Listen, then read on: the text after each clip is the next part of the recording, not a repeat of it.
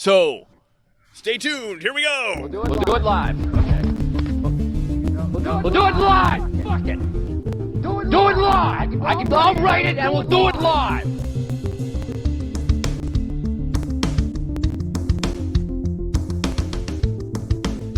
Hello, this is Dylan Moore and Nima Major of Irita TV. Coming to you today is actually December 23rd, 2022. I wrote December 22nd, 2022, because honest to God, I don't give a shit about dates.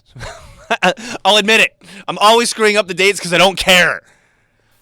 Yeah, the history class has spoiled it for you. Yeah, well, I've always had, like, jobs and stuff on the weekends, and I never did the Monday, well, I have occasionally, but most of my life, I never did, like, the Monday for Friday thing, and I was never really concerned what day of the week it was, and I've just never cared that much. I know it's important. Obviously, you gotta schedule things, and I gotta show up at the airport at the right date if I want to catch my airplane and stuff, but, I mean, for something like this, I just don't care what day it is, but it is December 23rd, 2022, and we are here. Merry Christmas, everybody.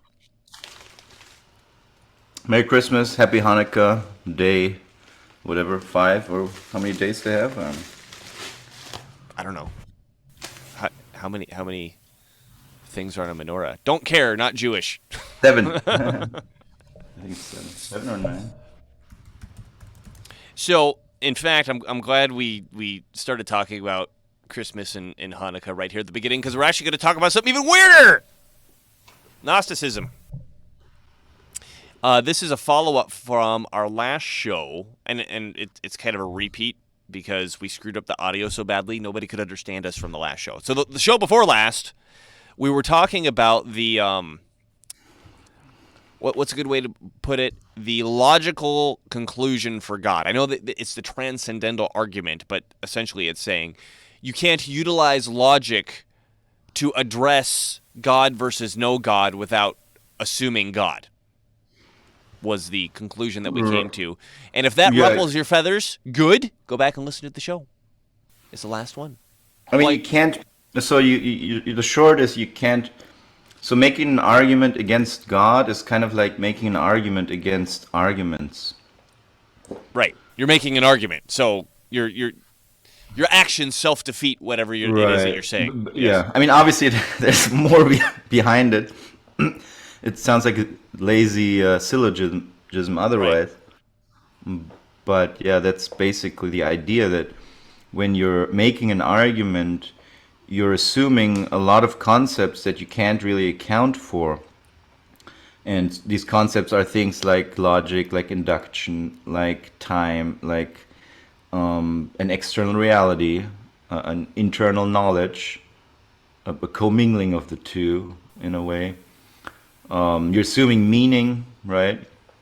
We talked about the cogito ergo sum, where Descartes and the foundationists claim they have stripped off all the uncertainties, and he's arrived at this prime the ultimate certainty of I think, therefore I am, and it makes no assumptions, no reference to any other concepts that are unproven. I think, therefore I am. I think, so something is occurring. But you're making a whole lot of assumptions. You're assuming that words have meaning. You're assuming that language has meaning. You're assuming that you're communicating some opinion, and on the other end, there's a recipient of that opinion who can receive it. So we have separate entities. We have knowledge. We have external reality. We have induction because of therefore.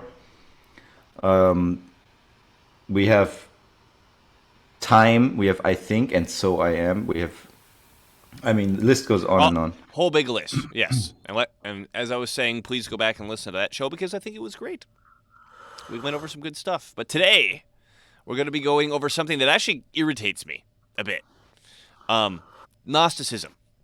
So, and one of the reasons we want to go over this is because at some level, I think it's relevant for understanding the power structure on Earth right now and the beliefs of people who don't necessarily make their beliefs obvious. I get irritated with Gnosticism because I get the feeling that they try to use Greek to obscure what they're saying when they could just translate it into English. An example, I was talking to a guy who I don't know if he considered himself a Gnostic or he was just kind of flirting with the idea, but he wanted me to reference some Gnostic writing called the Should we give a brief primer on Gnosticism first before talking trash about it? Fine. Take it away, Nima. So Gnosticism. Actually, maybe let me just sum it up. And then Yeah, you can- take it away, Nima. From what I understand, Gnosticism is a variation of the biblical creation story, where the Gnostics believe that the God who created the universe is not the Almighty God, but he is a lesser divinity, also referred to as a demiurge, which I think is sort of See, we're already Satan, starting basically. what exactly what I was complaining about. Demiurge. Keep talking. I'm just going to open up an etymology dictionary. So basically, a lesser deity that's created the earth, a lesser deity who was created by the ultimate unknowable being, and who wanted to recreate the world, but he forgot some details, so he made the world not so great, and that's why we have suffering and evil in this world. And Adam and Eve were trapped by this demiurge in Eden, and the snake was a good guy sent by the greater God who wanted to rescue them. And also Jesus was apparently also sent by this higher God to rescue people out of the demiurge's world. And this is a higher God that is outside the realm of existence, right? Yes. Yes, which that is also true for the standard Christian doctrine to some extent, except that God has a human form. And in which he has a he Holy appears. Ghost that interacts in the Yes, material realm. true. Yes. Right. So there's a father who we never see, and then there's the son the father who creates or who pushes the creation, the son who's the bridge between humanity and God, and the spirit who perfects God's creation over time. And so yes, the spirit interacts with humanity, but not as a Direct like that. I guess not as a visible personal being that people can converse with or whatever. So, are you still going on Gnosticism? Well, okay, so basically Gnosticism is this idea that this earth was created by a lesser god, by an evil god. We have to collect and attain all the knowledge to escape from this, basically, the prison of this earth. Right, and of And course, so- Gnosticism coming from the Greek word gnosis, which means Right. knowledge, Right. or to So know. that's a lot of, I think a lot of elites, a lot of the transhumanists, they are Gnostics because they believe that humanity has to be perfected and improved and worked on, the great work. I think it's also a Masonic idea. Oh, and by the way, the demiurge is an artisan. So Yeah, I like, pulled that up. So, builder. demi comes from demos, for people, like democracy, and urge, I guess, is from ergos, which means works. So basically, the people that work, or the way that I guess the meaning in ancient Greek was more like skilled worker, like Nemo was just saying. So the creator of this universe is a word that means like skilled worker. Yeah. And then Probably in this etymology dictionary right here, it actually says in the Gnostic system, this word means to be something as conceived as being subordinate to the supreme being, like Nima just said, and sometimes as the author of evil. Exactly what you just pointed out.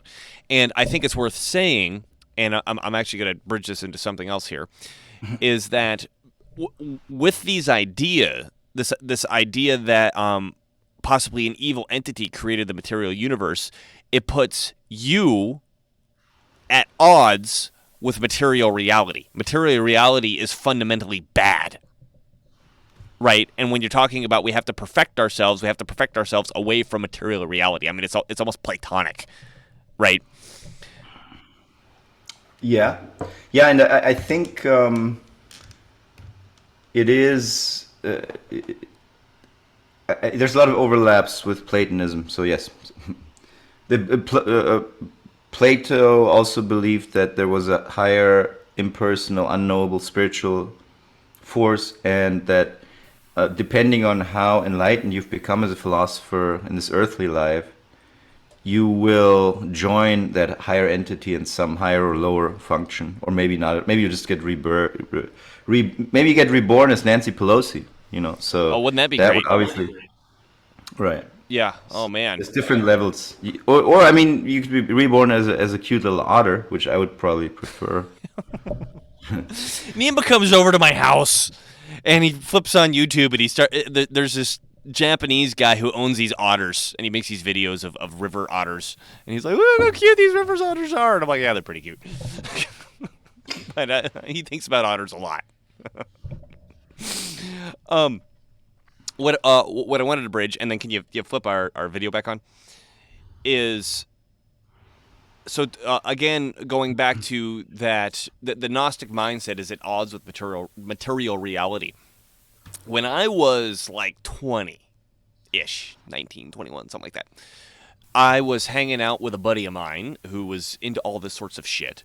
And if you didn't know, Gnosticism, I mean, we're talking about the elites, but Gnosticism just as as something that you can go join is still a thing today. You could go do it, and my buddy took me to this family who were Gnostics, and they did like a Gnostic service inside their own home.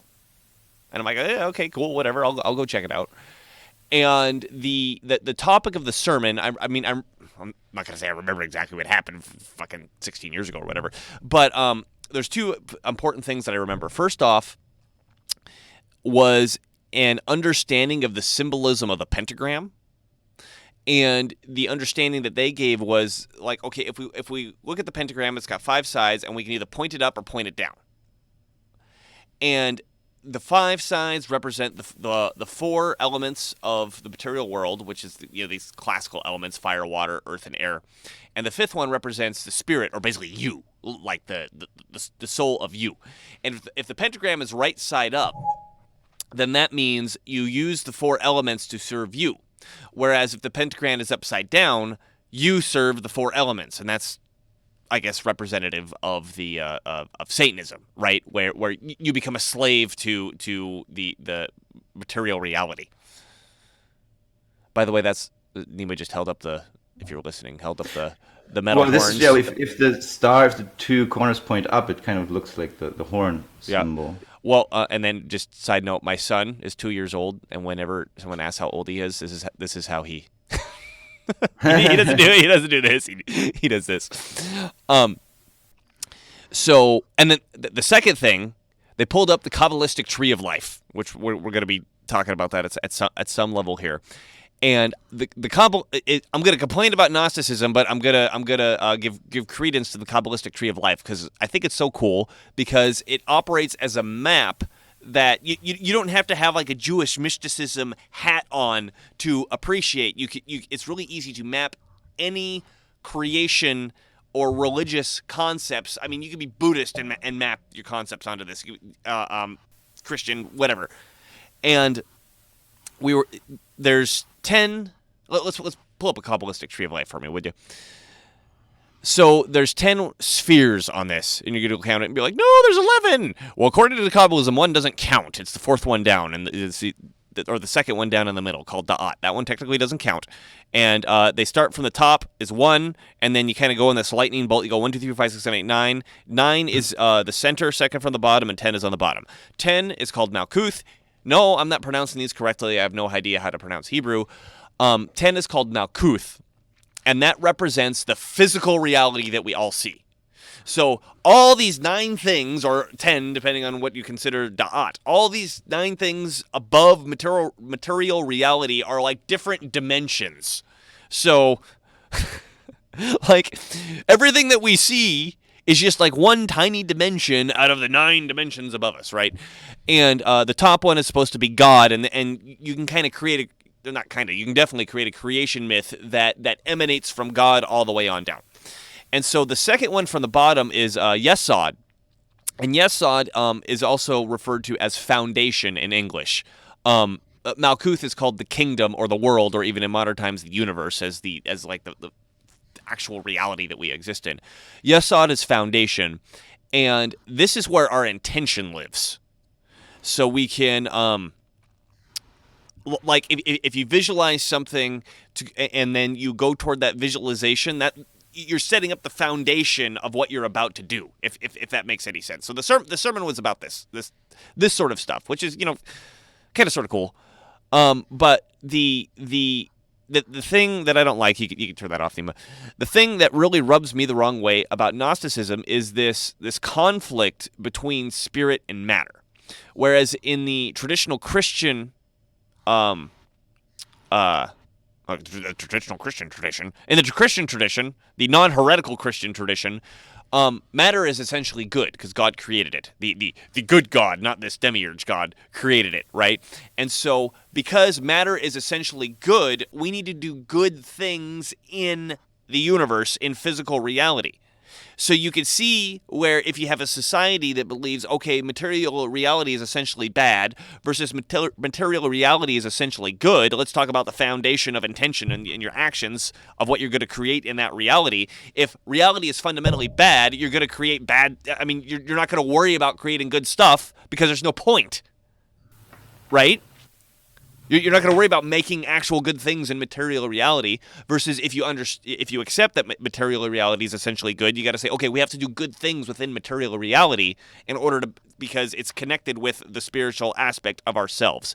So I am irked by the concept of complete rejection of material reality because it's it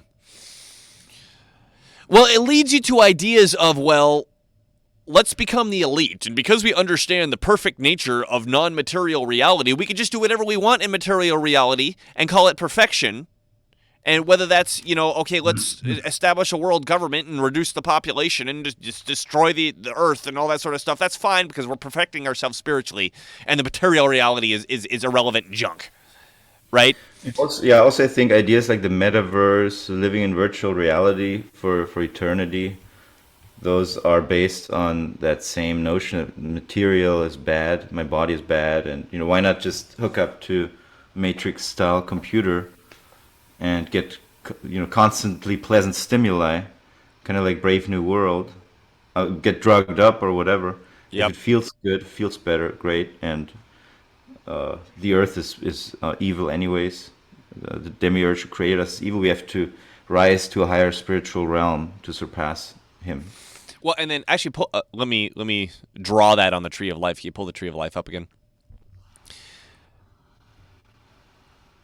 So if you start at the top, there's a top triad. There's 3 triads in the Tree of Life. There's 1, 2, 3, and again, you skip that da'at in the middle, and then there's 1, 2, 3, and then 1, 2, 3, and then after that you get Malkuth, the kingdom, the physical reality that we actually live in. So da'at is the line of separation between everything below is what exists in the physical world, and this is going to sound confusing because everything about this damn thing is confusing. But so Malkuth is the actual physical world, but even ideas exist in reality, right? So everything below this, even if you're in these basic dimensions of formative ideas. Even formative ideas are within the universe. So above Da'at is this realm of non-existence, which we have to use contradictory language to describe because, okay, if it's non-existent, how are we breaking it into 3 parts? Like, what are these 3 things that we're breaking into parts, right? But even if you look at the traditional Christian view where we said, okay, God exists outside of this stuff, well, if we use the Kabbalistic Tree of Life as a map and we say, okay, here's God at the top, they call it Kether, it's also called the crown, this top one, that is the first emanating point. And then Um, I don't want to get too deep into this, but I'm just trying to say that even though this stuff sounds weird, when you're saying we're breaking apart pieces of non-existence into three different categories, there is a way to describe this and have it make sense on some sort of spiritual realm. That's what I'm trying to get at. So anyway, anything below da'at is the entirety of the physical realm, of reality. And it's also referred to as the all. And to go past da'at on the way up gets you outside of that. So I don't think it's a stretch that our occult crazy Illuminati overlords are looking at something like this. I mean, talk about Freemasonry and Albert Pike and all that sort of stuff that we're just totally into this, is that if we reject material reality, which is everything below da'at, and we say, okay, what do we do to get ourselves above it, back into the spiritual realm, which is where the actual God is, what do we do to achieve that? Okay, we'll kill everybody on Earth and make a prison planet and, destroy the world and stuff like that. That's how we do it. That makes sense. And I want to go back to my original bitch about Gnosticism. You can take that off. So one of the things about Gnosticism, and I think they do this to sound more mystical, is they like to use Greek when English or whatever your native language would have worked just fine. And going back to the conversation I was having, this guy was referring to I think some Gnostic writing called the hypostasis of the archons, which sounds like woo stuff. And I'm like, okay, hold on, I'm breaking out the etymology dictionary. Hypostasis means understanding. An archon means leader or ruler. So it's the understanding of the rulers. So it's like, why the fuck didn't you just say that instead of giving me this, it's a hypostasis of of the archons, and you need some higher spiritual realm to start to understand whatever. I guess that's what the occult is, right? It's hidden. So you do silly stuff like that. So the archons are like the demiurge's executive board, I guess, or something like that. Nima really putting it into modern language. And it says here the archons are rulers, each related to one of the 7 planets. They prevent souls from leaving the material realm. So they run the prison, the demiurge's prison world, basically. Prevent people from exiting this realm into the higher realm. Each related to one of the 7 planets. Well, there was 7 spheres of reality on the Kabbalistic tree of life. Interesting correlation there. Yeah. So here's another thing I wanted to say about Gnosticism, is that from the Christian tradition, I guess. The physical appearance of archons is described as hermaphroditic, with their faces being those of beasts. So they're basically... that's interesting. So a lot of this trans stuff, like I said earlier, transhumanism, trans ideology is really just another part of transhumanism, that you can perfect your body artificially. But so some of the creatures who run this earth, according to Gnosticism, are hermaphroditic, if I understood that correctly. So essentially there is religious significance to absolutely, yeah. Hermaphrodite. Basically, there's religious significance to this transsexual insanity that's going on right now. Absolutely. Yes. Yeah. I was watching. I watch this occasionally. It's a podcast called Word on Fire. It's a Catholic podcast, and they regularly bring on this Catholic bishop. And he actually talked about Gnosticism, and the first thing, and remember, he's not talking to weirdos like us. He's trying to talk to basic Catholic people, right? And he's saying, so Gnosticism is a heresy, and it comes from early Christianity. So after Christ dies, after the temple is destroyed, and the early fathers are figuring out, okay, what exactly do we have here, and how exactly do we interpret it? All these interpretations came up, And the one that won out, which was agreed at the Council of Nicaea in 300 and whatever it was, and then everything else was considered heresy, right? Gnosticism is one of these early interpretations that are considered heresy, and this Catholic bishop points out, as he said, this never died. Like, Gnosticism is alive and well today, and I just testified to that fact. I fucking went to this Gnostic sermon out of this guy's house, and by the way, he claimed that it was a family tradition. I don't know if this is going back 2,000 years or whatever, but it's a thing that's out there, and again, it's available for the lower masses. But when you look at the elite and their weirdness, it seems to line up with what we're talking about here. Right. They don't say that they are Gnostics, but I think a lot of the things they do, they are about elevating themselves above the earthly realm and metaverse and the transhumanism. Right. Transhumanism. Kill all the sheep. And replace them with robots, and then we get life extension technology to let us last long enough that we could download ourselves into machines. Because also some part of Gnosticism, I can't find it right now, but some aspect of it also is that you can achieve eternal salvation on Earth in this life somehow. So I guess you just become such a philosopher king, such an enlightened philosopher king, that you somehow attain salvation on Earth. And when you describe it that way, you use the term philosopher king. This is in direct, what's the word I want? Correlation, direct continuity with the Greek tradition, pre-Platonic, right? So, we've had Mark Hare on here, and I don't think I've actually heard him address this on our show, but Mark Hare from the Center for Self-Governance pointed out that from what they've been able to figure out, there's actually 3 globalistic groups that are vying for power right now on Earth. And we can refer to these as 1, the globalists, 2, the communists, and there was a third one that I had never even considered was a thing. The Platoists. And I'm raising my hand going, what? Like people who like Plato? Okay, Plato's a philosopher, but huh? And so apparently there's a group of individuals of which of Bill Gates and I believe Klaus Schwab are in this circle of Platoists. Examples of globalists would be like George Soros and the Rockefellers. Examples of the communists, I don't even need, you could figure out your own examples for that. But the Platoists look at Plato religiously. And I'm not being metaphoric when I say that. It's literally religion, the way that they view Plato. And if you look at Charles Merriam, we have talked about this guy on the show before. Charles Merriam, he's early 1900s figure and was advisor to 5 separate presidents.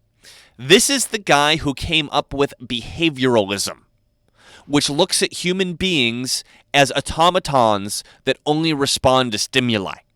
But behavioralism removes the soul or removes the free will from the human being. Charles Merriam wrote a book called Systematic Politics that, now I haven't read it, I've only read the part that Mark Hare from the Center for Self-Governance opened up, and he read this part. But essentially, he speaks of Plato's Republic in religious terms, and says, here's this glorious idea that Plato came up with, and this concept of representative government and division of powers is icky, ridiculous stuff that gets in the way of achieving this glorious idea of Plato's Republic. Well, if you've ever read Plato's Republic, and I have, it is terrifying. His idea of how to set up a state. And fundamentally, we could describe the way that he sets up the state as a one-boundary republic. And we emphasize this here a lot, and I'm going to emphasize it again, is that we misunderstand what republic means, usually. When I first heard the word republic, not maybe the first word, when I first thought about the concept of the word republic, I thought it meant like, again, public like people. So I thought it was alluding to representation. The re in republic is for res, which is the Greek word for reality or things that are real. Things. Yeah. Yeah, it's a Greek word for things. Things of the public. Things of the public. So North Korea is a republic. Communist China is a republic. The Soviet Union is a republic. Or was a republic. It doesn't exist anymore. But why are they so different? It's because there's one boundary in power. What's unique about the United States is that, I mean, there's potentially more than this, but we have 7 boundaries of power. We have executive, judicial, legislative, and then we have federal and state, and the states have their executive, judicial, and legislative. And even beyond that, you know, the legislative is cut into separate bodies, and then under the states, you know, then there's county, there's city, there's school board, and each one of these things have lines in between them, and all this power is all spread out all over everywhere. And when you look at it that way, you go, oh yeah, well, duh. That sounds like what the founding fathers would have done. Is they're worried about power getting, you know, put into one position, like a king, King George. And how do we spread it out? Well, Charles, I think also. Go ahead. I would add to that. We have all those things, and then we have a 10th Amendment and a Constitution. Oh yeah, 10th Amendment and a First Amendment and yeah. Good point. But yeah, because a lot of countries have these divisions, but it's just very much a top-down hierarchy, regardless. Right. Well, actually, let's talk about that too. So when we talk about the amendments, typically each state has their own version of the Bill of Rights. You know, the First Amendment, a Second Amendment. Each state has their own thing like that, right? And so baked into the constitutions of the United States, the federal and all the state constitutions, are this idea that you have fundamental rights separate from government. And then in order to ensure that, we're going to spread all the power around everywhere so that nobody can get that one power and trample over your rights. Charles Merriam looks at this, coming from this Platonic worship background, literally looking at Plato with religious fervor, saying Plato made this amazing republic where you have one boundary of power, the philosopher kings and everybody else. The philosopher kings make the rules, they enforce the rules, and they interpret the rules. And I mean, maybe you could say there's a third level, which is the enforcers, which would be the line between the two, right? And that's the best thing. And the philosopher kings know because, you know, they have connection to this perfect reality that has nothing to do with the material world, right? And I guess we're getting a little bit sidetracked here. We'll bring it back to Gnosticism. Charles Merriam's book, Systematic Politics, is literally the playbook of how to dismantle the United States with all its boundaries between power in order to meld them together to get power under one unit and to create the city-states similar to what's described, because, you know, the Republic in Plato was a city-state. So the way that it's done per Charles Merriam's playbook isn't, you don't go up and pass a law that says, hey, First Amendment, we're taking that one out. We're going to put all the power into the president. We're going to get rid of the state. You don't use the traditional methods of passing laws to get this done. He's like, that's not going to work. The way you do it is you make... Yeah, we got a taste of that in 2020. We got a taste of that system, you know, the lack of boundaries and top-down commands. So the Merriam approach is to muddle these boundaries, is to erase the barriers between the boundaries. And a perfect example of this would be at the city level. Did you know, dear listener, that there is a thing called a city manager? What is that? A city manager system, which is developed by an organization that spawned off of the Charles Merriam idea, puts all the power in a city manager who is elected by the city council. And the mayor becomes, what's the word I want? Decorative is close. Yeah, but representative. Symbolic. He becomes symbolic, right? Yeah. The mayor doesn't have any power. So you'll often hear this as a weak mayor and a strong mayor system. So because the mayor is symbolic and you still have a mayor, not knowing what you're looking at, you don't realize that if a city accepts the city manager system, that they've just dissolved a line in between the legislative, which would be the city council, and the executive, which would be the mayor, at the city level by putting all of this power into an executive authority called the city manager. And furthermore, that city manager is not reachable with the traditional methods that we were supposed to have as a representative republic, which is, okay, you vote the person in, and then if you don't like them, you vote them out. You don't get to do that with a city manager, right? That's an example of melting these lines, right? So now, wherever you live, if you live in a city, look up and see if you have a city manager in your city, and you'll start to get an idea of how far along we are in this process of destroying all these little boundaries of power, right? And to what Nima said, COVID was if we're naive. Wait, are we allowed to say this shit on YouTube? I think so. I'm not talking about vaccines. I'm not talking about origins. I'm just talking about politics here. I think we're safe on YouTube. Is that when the governors declared all this emergency power, again, this is just one example, declared all this emergency power, it de facto, not de jure, there was no law saying Congress, the state legislature now gives its legislative authority over to the governor. That didn't happen. It was just, when you declare an emergency, these things happen, and it just so happens when these things happen, the governor starts to act in a fashion that really looks like legislative authority.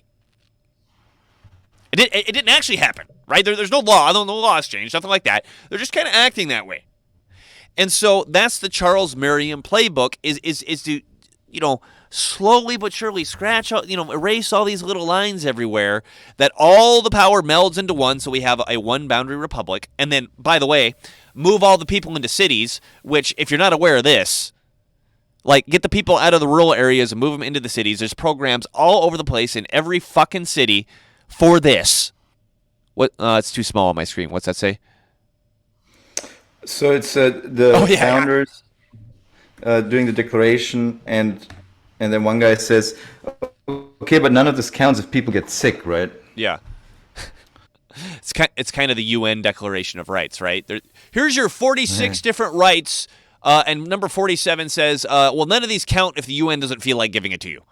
Yeah, if it's against the principles of the UN, it doesn't count. So, going back to Gnosticism and going back to the Greek idea, if Gnosticism is some sort of continuity of this Greek idea, again, we have Plato, who says, okay, there's a physical reality, but there's this more perfect world of forms. And the philosopher king has access to these perfect world of forms, and then therefore the philosopher king knows how to act in reality to attain that perfection. And Plato's Republic was supposed to be an example of what that should look like in reality. And so that puts all the power into the philosopher king. And this is actually an older tradition, because, I mean, even if you go back to Pythagoras is pushing this sort of stuff. And I mean, who knows who goes back further that we don't have any written evidence for. But the whole idea is there's this contention between the spiritual realm and the material realm. The material realm is deemed evil, and so it must be rejected. And then when we do that, I mean, I guess similar to what we were talking about before, if in the previous show, this isn't that far off from just saying, well, there is no such thing as material reality. Now, it's not saying that directly, but the consequences are the same, because if there's no such thing as material reality, then I can do whatever I want because nothing matters in this realm. Well, similarly, if the material world is either irrelevant or worse, it's evil, well, then I could do whatever I want because there's some more perfect thing going on in my head. And what do we see our Illuminati overlords doing? Right. I think what's interesting is that these geniuses always come up with systems that will be run by total geniuses. They are always those geniuses somehow, magic. And what are the odds? Like, you come up with a system and it has to be run by the best of the best, and those people always happen to be everyone who agrees with you. I mean, like technically, It's you're me. actually It's me. yeah. Yeah. I, the people who come up with these grandiose plans don't even have the intellectual capacity to come up with a system that allows for some individual to To be be identified. wrong or Yeah. How do we know which to make individual is the mistakes. right person to put here? Well, it's just me. Right, right, I know. right. I Yeah. mean, it's like they spend so much intellectual effort on systems theory, on coming up with these systems, but they haven't even considered the possibility that they might be flawed in their thinking. So they're really, among the most arrogant people out there, and also usually they're not necessarily the most profound people. They don't really ever say interesting, profound, mind-blowing stuff when you see them at their Talk at the forums, WEF their or meetings. something. Yeah. WEF. Right. It's like it's kind of comic. It's kind of cringe and comical how uh, uh, how low their ideology is. How simplistic And and uninteresting. I mean, and like, uninteresting and mechanical their ideology is. Klaus Because Schwab is boring because of his voice, and he sounds like he's talking through a the mouthful of genius sauerkraut. But what he's actually saying is putting me to sleep. the genius of the American system lies in exactly that idea that individuals make mistakes, and so there has to be different groups and different political units within the nation or within the republic where there's some correction, some corrective mechanism, some creative process, some corrective mechanism where where there's feedback and improvement, and somebody does something stupid, falls on his face, gets back up, does it better. Florida did COVID right, so everyone's moving there now, and you have the ability to move within the country. So, so yeah, I just want to say, and also something I'm reading Peter Zeihan's book right now, and he talks about how people in the U.S. complain sometimes about, oh, look at our airport. Look at did you see the Shanghai airport? It's so much better than our airport. And oh, the trains always show up on time. But the difference is that it's artificial over there. In the U.S., it's more organic. And the U.S. actually, according to Zeihan, has always taken its time to industrialize and to technologize and to improve the country. The countryside wasn't even industrialized until 1960, he says. Oh, So this this kind of idea that the process has to allow for imperfection and feedback, that's what's so well, crucial I would to add a the third American thing to that. It system. also has to allow containment. Like if you get a total crazy power hungry psychopath in there, you got to be able to contain him, right? And that's what the separation of power does. Is okay, crazy psychopath got this position. He doesn't have all the power because it's all spread out. Yeah. Yes. Did you finish your point, or did I just Yeah. interrupt it? Yeah. Okay, because what I wanted to jump off from there was the only author I've really ever seen, and someone could correct me on this, explicitly address and hone in on this is Frank Herbert, who famously wrote Dune, and he's famous for Dune, but he's written a lot of good other stuff. Oh my God, the Dasadi Experiment, the Jesus Incident, and there's a series of the Jesus Incident. He wrote another one called the White Plague, which I guess is very similar to COVID. It's So yeah, I just watched the new Dune a couple of months ago, and I really liked it. okay. I don't know Maybe I need to go why. and watch it. So yeah, and it's the first part. I So remember. I remember. because I remember we talked about it with David, and David's said that, well, it ends where the books begin. I mean, pretty early on the film ends, Uh-huh. but it's only part one, so there's supposed to be more part. But I think it was really well done, like the whole atmosphere, the music. I've never really, I don't even think I've ever seen a sci-fi film So well like done. that. Okay. Well, yeah, maybe so well done, but so kind of the atmosphere, the music, the sound effects, it all kind of puts you in this space kind of Okay. Now environment. I'm definitely gonna Pretty have to go cool. watch it. the key thing that I take away from Frank Herbert is he challenges a very famous axiom. You want to switch this back? He challenges a very famous axiom that comes from some famous English lord. It's not coming to my name at the moment. But the famous axiom is power corrupts and absolute power corrupts absolutely. If you can remember who said that, please say it. Lord Acton, or yeah, I think that's it. So Frank Herbert goes, no, the axiom should be power attracts the corruptible. I'm going to say that again. Yeah. Power attracts the corruptible. And what becomes interesting if we let's try it on both of these mindsets, right? If power corrupts and absolute power corrupts absolutely, that means if you take a good person and put him in a powerful position, he will become evil. Therefore, good people should avoid positions of power. If, on the other hand, let's put on the other hat, if power attracts the corruptible, it means, therefore, it's the responsibility of the good person to achieve that position of power to keep the corruptible person out. And if you read the Dune series, you don't start to get this understanding until you get into like book 5, which focuses more on the Ben Gesserit and the society that the Ben Gesserit has created. And there's these. He drops these hints, but there's very specifically a scene, and I think this is actually in the sixth and final book before he died, where there's this Ben Gesserit. She's young and she's learning how to fly. They call it an ornithopter, which I guess is a helicopter in Frank Herbert's world. And she's with this other young Ben Gesserit girl, and this other Ben Gesserit girl takes control of the ornithopter and starts acting very crazy. And there's a male teaching them how to do it, and the girl gets on this power trip and starts saying, "You have to listen to me. I'm Ben Gesserit. You have to listen to me. I'm Ben Gesserit," to take this, not do what they were supposed to do in this training. And the implication was, now that she saw that, and now that that girl did that, she could never, ever, ever have a position of power.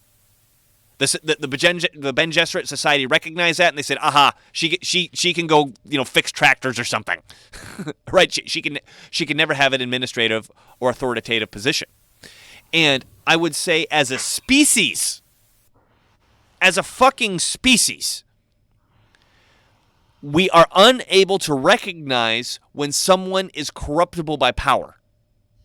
And I personally, I use a broad term, narcissist, to describe this. And when I say this, people go, "What about psychopaths and sociopaths?" I throw it all into the same category under narcissism, yeah, right?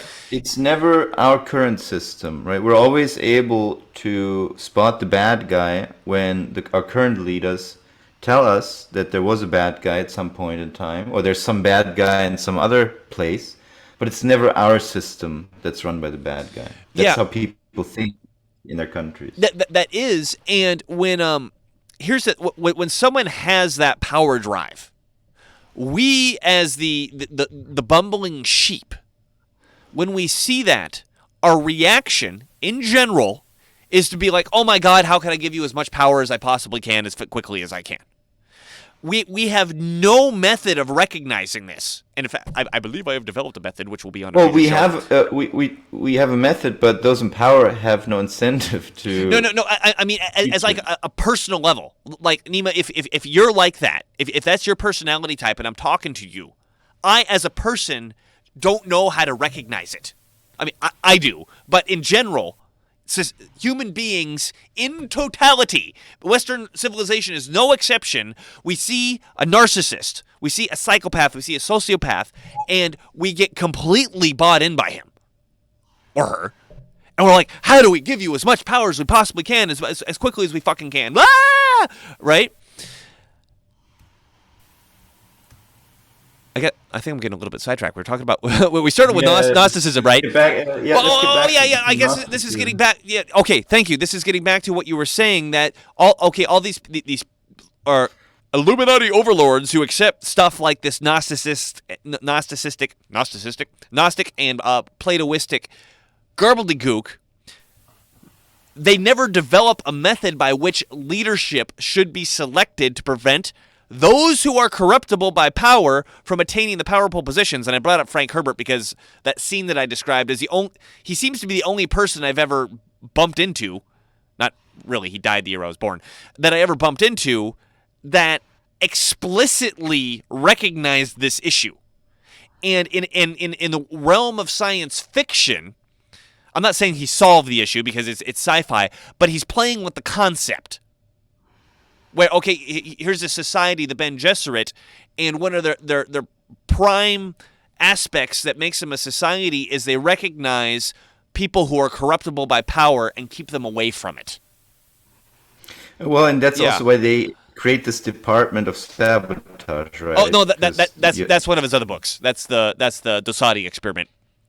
But well, that seems very relevant to this exact point, which is that the system becomes so unified and so powerful. You need to have a department of sabotage to, throw a wrench in it on occasion. So, two things go through my head at once. First off, did you know that what the root word of sabotage is? It's sabot, which means wooden shoe. So you're actually throwing a wooden shoe into the machinery when you're talking about sabotage. But thank you for bringing that up. So the Dosadi Experiment is a book by Frank Herbert, and it's actually my favorite of everything that he wrote, even over the Dune books. I love the Dosadi Experiment even more. And the background of the Dosadi Experiment, it's futuristic sci-fi, and unlike Dune, there's aliens, and they've created like this pan-species or interspecies civilization where different species have different rights and they have different cultures and stuff and interact with each other differently, as opposed to Dune, where no alien sentient life is ever found when they're exploring these other planets.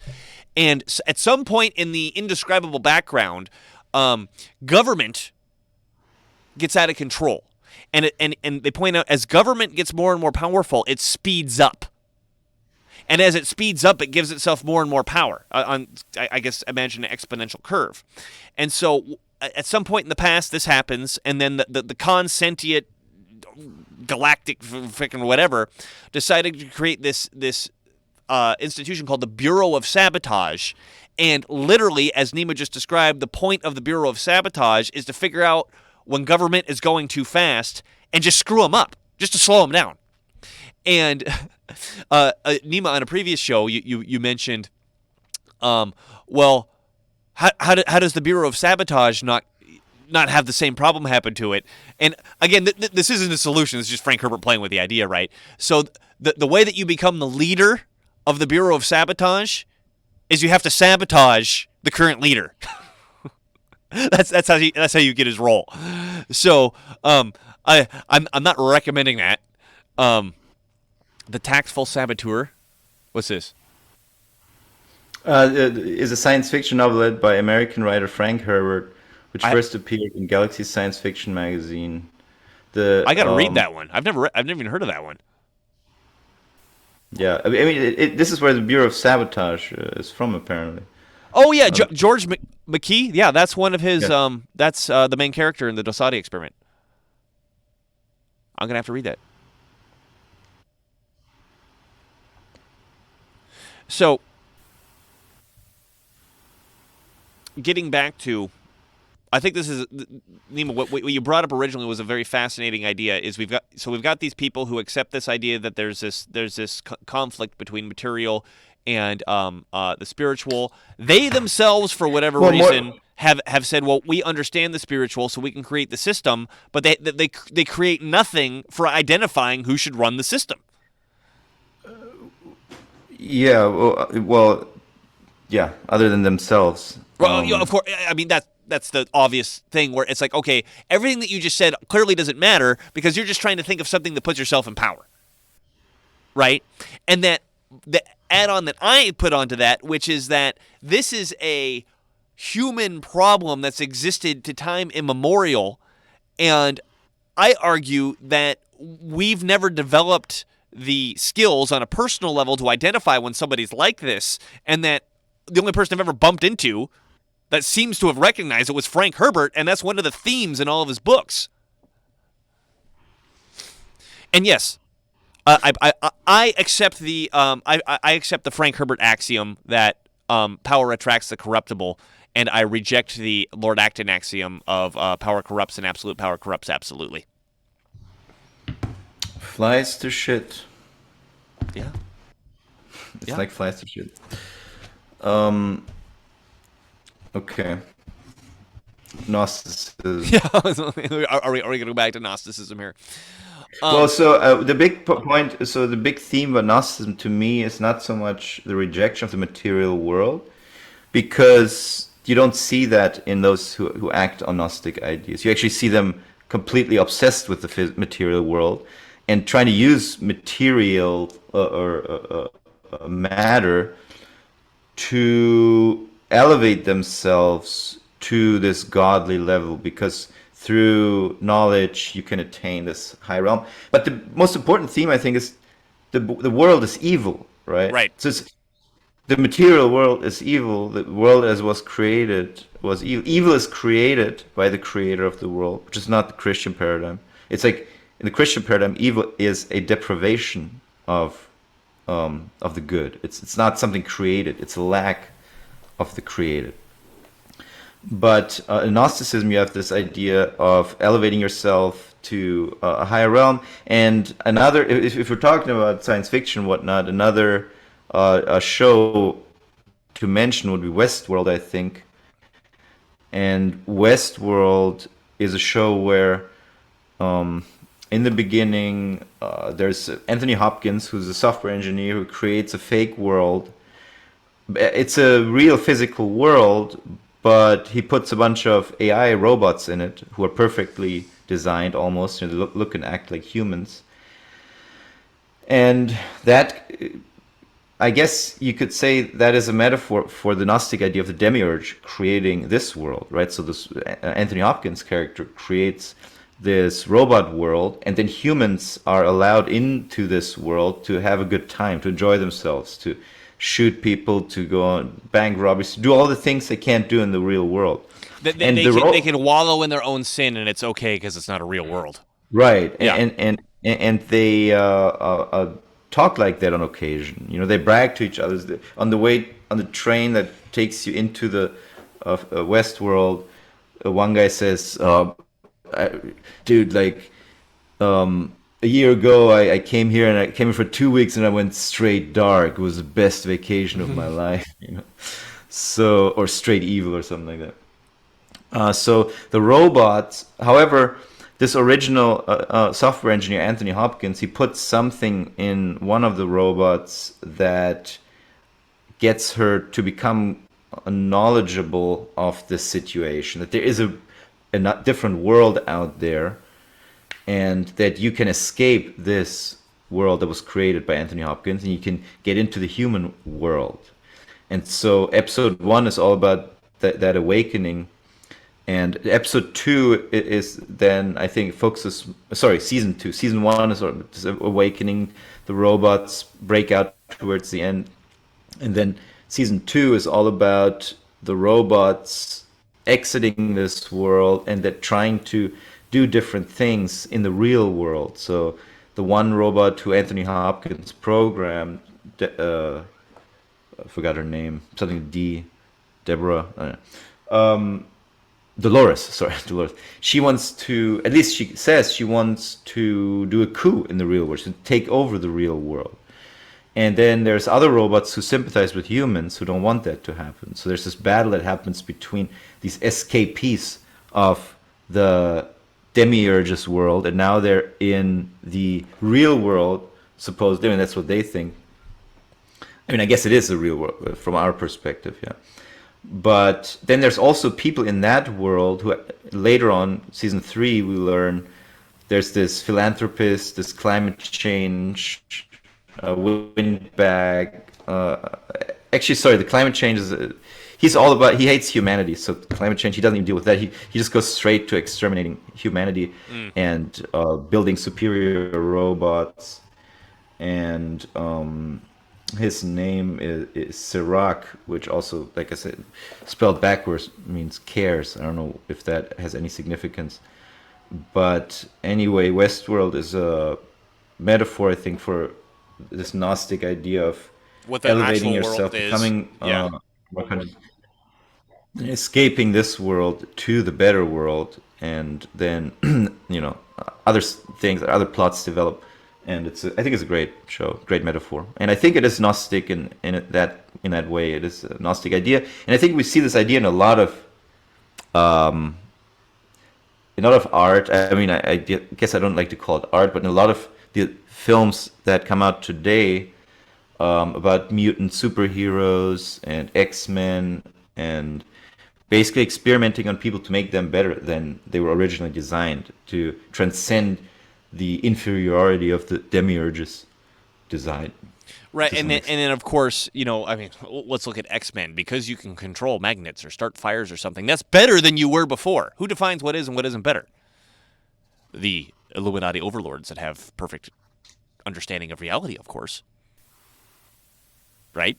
Right.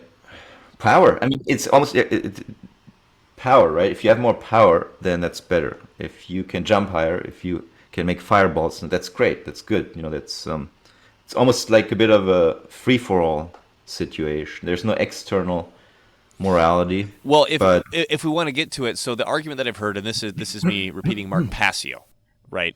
So Mark Passio argues that morality is. You have to do it. You have to do it with his accent. No, I'm just kidding. Okay, I don't know if I could handle a Philly accent.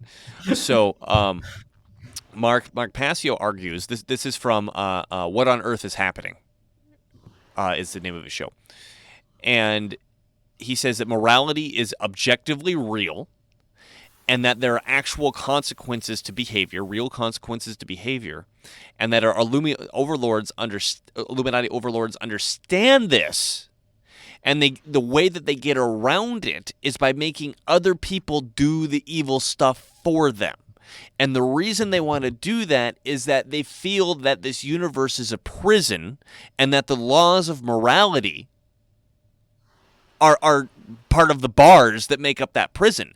They want to be able to look at the universe, back to the Kabbalistic tree of life, that number 10 on the bottom, that you don't have to show it, but just that number 10 on the bottom that represents reality as we know it, right? They want to exist in there and literally do anything that they want and not have the repercussions of behavior that are theoretically the moral that the moral law of the universe would bring to them if they did this behavior themselves. Now, whether or not that's true,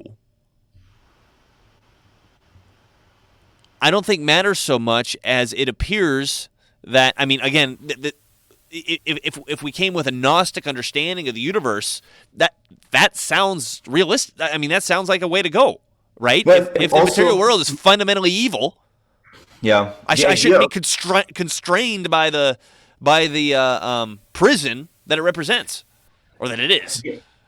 The idea of creating consciousness artificially is also in line with that, because we got to get into Tolkien here. Keep going. Well, a lot of what goes on in Silicon Valley, it seems like their end goal is really to be able to upload their consciousness to a computer and then live forever. Mm-hmm. And that is basically, it's actually an interesting point to compare the Christian ideology with this kind of Gnostic ideology, because if the Christians are right, then you can never create a conscience artificially. If the Gnostics and if the Silicon Valley and the materialists and the transhumanists are right, they will be able to do that one day. But they're nowhere near that. You can ask anyone who works in AI. They're not even remotely close. They're not even remotely close to consciousness. They're not even close to some sort of artificial intelligence, really. A lot of the things that they show us are sales engineering pitches. You know what a sales engineer does in a company? No, tell me. If you're a software company, the sales engineer would sort of take your software and build some sort of wireframe presentation that you can click through, and it looks like the software can do this or that, but it's just a presentation. It's a sales pitch. It's a sales job. And then, yeah, sure, we can do that. So if somebody asks, so then can it actually do that? Yes, we will implement that in 2 weeks. And then Then you got to go home and figure it out how to do it, right? And then, and then it never takes 2 weeks. It always ends up taking, longer than 2 weeks. Or it always gets extended by 2 weeks every time the deadline comes around. And Nima would know. Yes. Because he was you weren't the sales guy, you were the engineer who had to do what the sales guy promised, right? Right, mostly, yeah. I mean, it's a common problem in business in general, but in software engineering in particular, because it's such a young field. I guess not anymore, but compared to all other engineering fields, it's still pretty young. And people were just trying out so many things and didn't have clear structures, hadn't made all the mistakes yet. So, a lot of people just had to learn the hardware, how this works, the hard way, how software engineering works, and how you build good software that does what you promise. You promised it for it to do. So now that you brought up about how there's this idea of creating consciousness, and the Christian idea says that you can't do that, we've got to talk about J.R.R. Tolkien now. We did Frank Herbert. It's Tolkien time. So this is a theme that Tolkien has constantly played with. This idea that evil cannot create, it can only pervert. Only God can create, right? So if you've Tolkien was an anarchist, I think, actually. He's a Catholic. Right. No, I think he was a Christian anarchist, kind of like Jacques Ellul. I'll have to read more to figure that out. But you've got to read the Silmarillion to really understand like the mythological beginnings of the Tolkien world, and it's you got to have a certain personality to enjoy the Silmarillion. It's like reading the Bible of the Lord of the Rings, right? And so in the Tolkien world, there's a god. There's Iluvatar. Iluvatar creates what are essentially angels, and those angels go and they create the world. And of the angels, there's one named Melkor, who right from the beginning, before any actual world is created, is in dissonance with Iluvatar, which is God. And one of the things he says right at the beginning, which is very interesting, because there's this creation myth about all these angels singing with Iluvatar, and Melkor is creating this dissonance within the singing. At one point, he brings up his hand and he stops the singing, and he looks at Melkor and he says, "Look, I understand you're trying to mess up what we're doing here, but there's nothing that you can do that doesn't have its uttermost source in me." And then Melkor doesn't get the picture, and so when they create the world, he goes down to the world, and because he's accepted this evil, he can't create anything himself, so all he could do is screw up what all the other angels are doing. And that when Iluvatar brings in his children, and the children are first the elves and second men, the orcs are created by when Melkor takes them and perverts them, I guess, from the elves. So orcs are just perverted elves.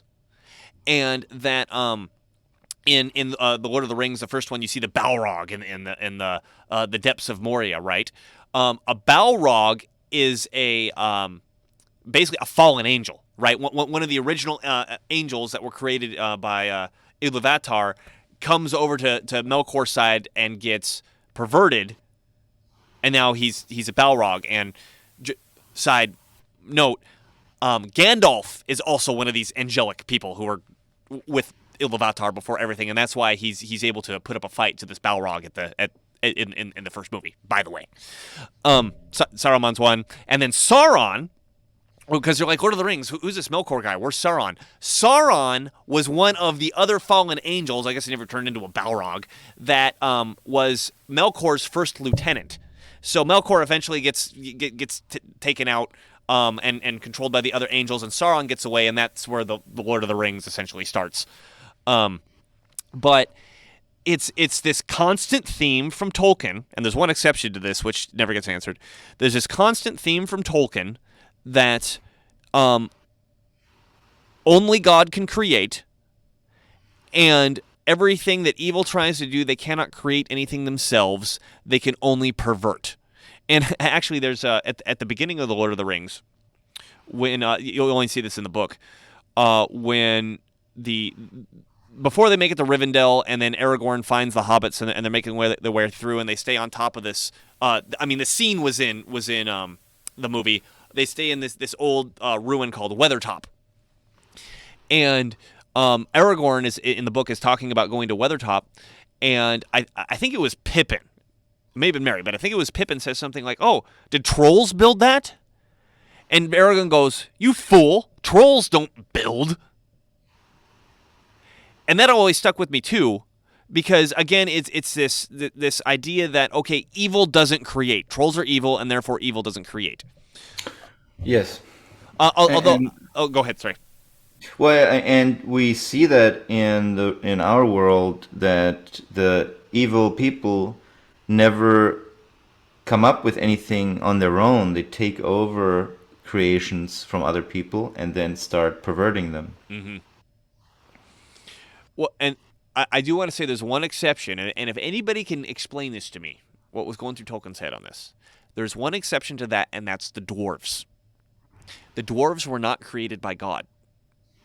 The dwarves were created by one of the lesser angels. He was the third on the list. So there's the top angel, which is Manwë, who's essentially the Zeus figure. There's Ulmo after him, who's kind of the Poseidon figure, who's the god of the waters, basically. And after that, there's Aule, who's kind of like this Hephaestus or Vulcan figure, who's this smith. Aule makes the dwarves. He I believe it's 7. He makes 7 original dwarves, and after he makes them, and he's leaning back, Ilúvatar comes down. And he goes, "What did you do? You're not supposed to be doing this." And he said, I understand that you want to create something beautiful, but these things don't have their own soul. Like you didn't achieve what you think you were going to achieve. And Aule was very sad, and he picked up his hammer to go to kill them.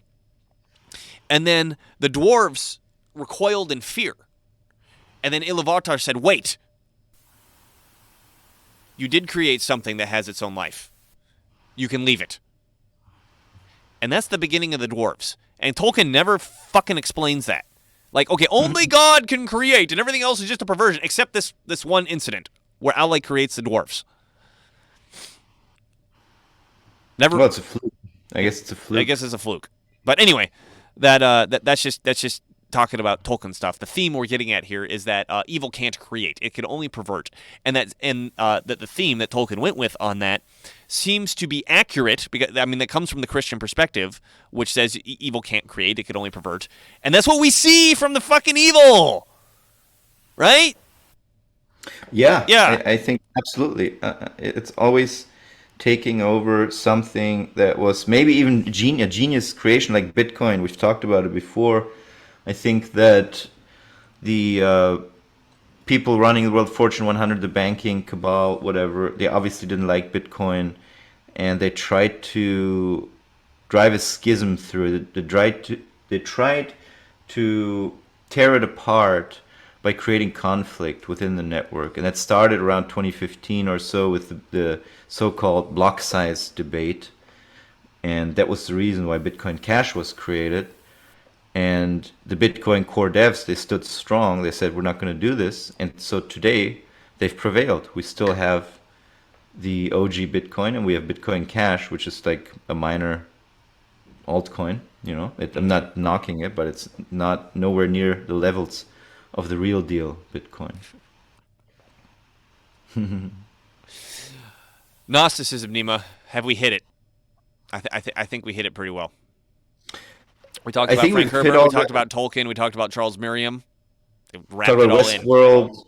I guess one thing I didn't talk so much regarding Westworld is the data aspect. Basically the acquisition of all the data in the universe. That's what's going to give you this super gnosis and turn you into this superhuman, enlightened philosopher king who deserves to transcend the physical world.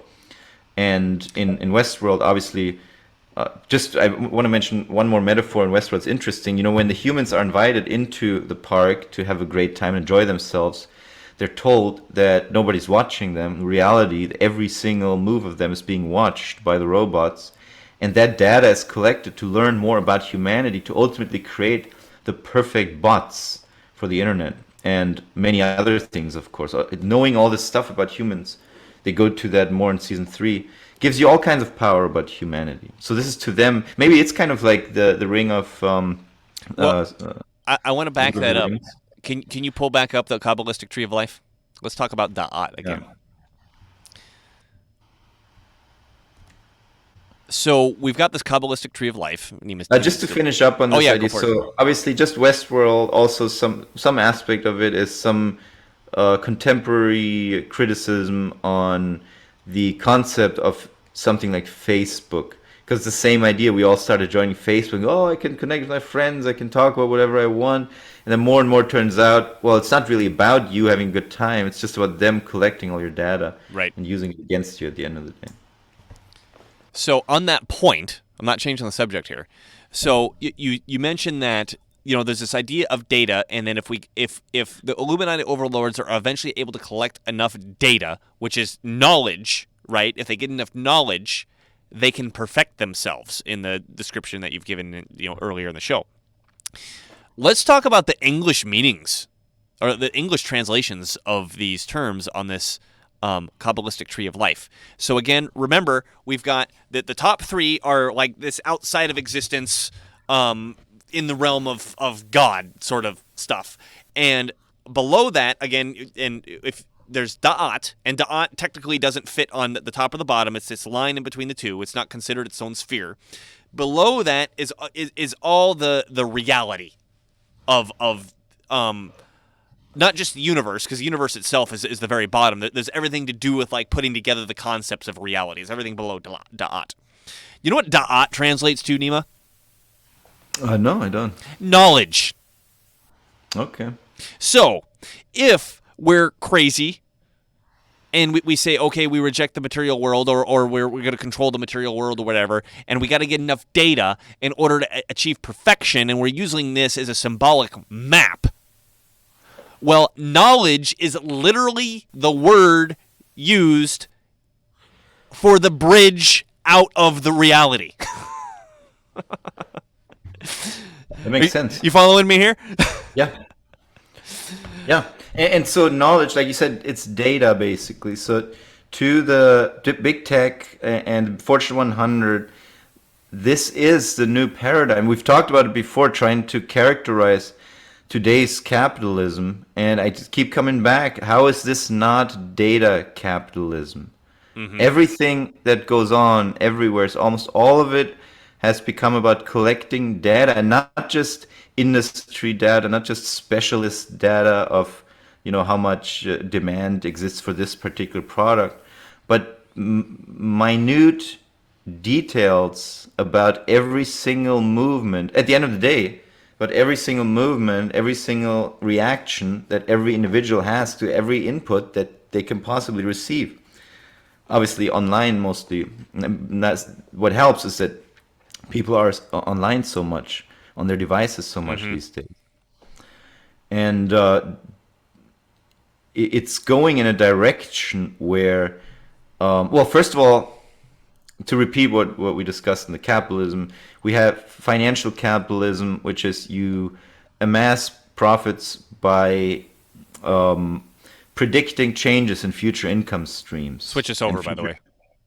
Future income streams represented by stocks and bonds. So before that, it was industrial capitalism, putting things together, making machinery and all those things.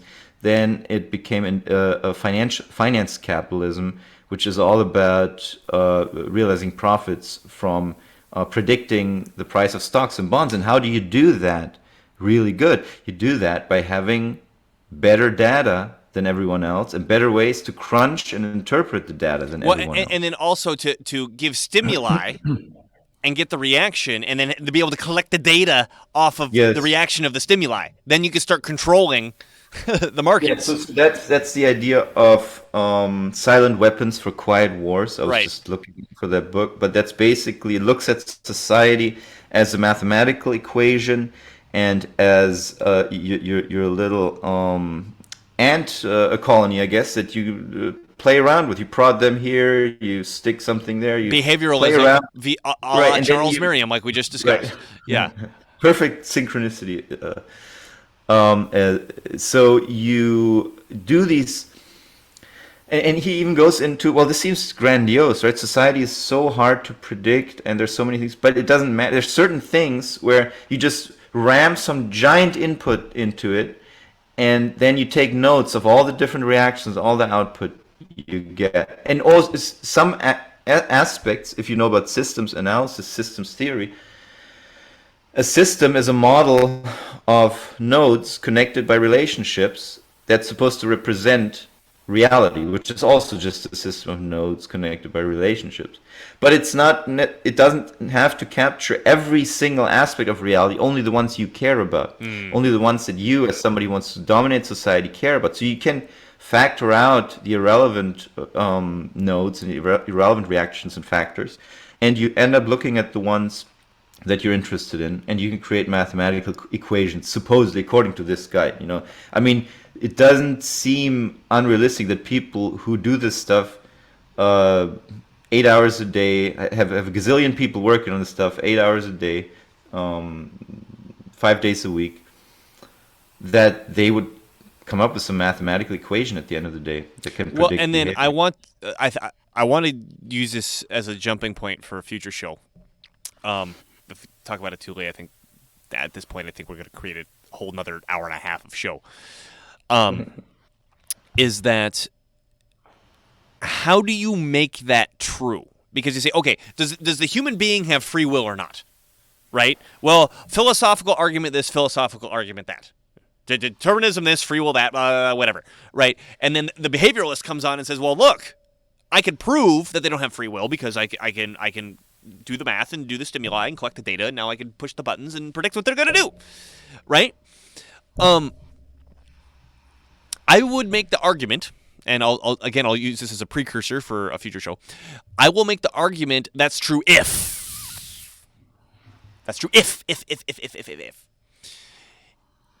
I believe personally that free will it's not a Boolean, it's not an on-off switch, it's gradient. And that as long as we react to our passions, like you have an emotion comes up and you react to that emotion, your free will gradient goes really low. And if you're in that zone, you're reacting to your emotions, or you're reacting to your physical needs, like I'm hungry, or I'm lustful, or whatever, these sorts of things. Like I guess the 7 deadly sins. If you're only reacting to those things, the math works. Right. So if you're able, sorry, I just want to finish this. If you're able to get yourself above that, I can hamper those things with my reason, with my morals, or if we want to get a cult, there's stuff higher than that. With my reason, with my morals, now I have the ability to push myself further to the free will side of that gradient. Now, if you look at how we're treated, if you look at our food, if you look at our medicine, if you look at our media, if you look at the fluoride in the water, if you look at our educational system, insgesamt, as you would say in German, in totality, would you think that those push you more toward reacting to your passions or pushes you away from reacting to your passions? Clearly, it's the former, right? So our systems managers have created systems that push us toward the non-free will side of, turning us into ants, and then they say, see, they're just ants. They don't deserve to be treated like they have free will. Well, okay, shit.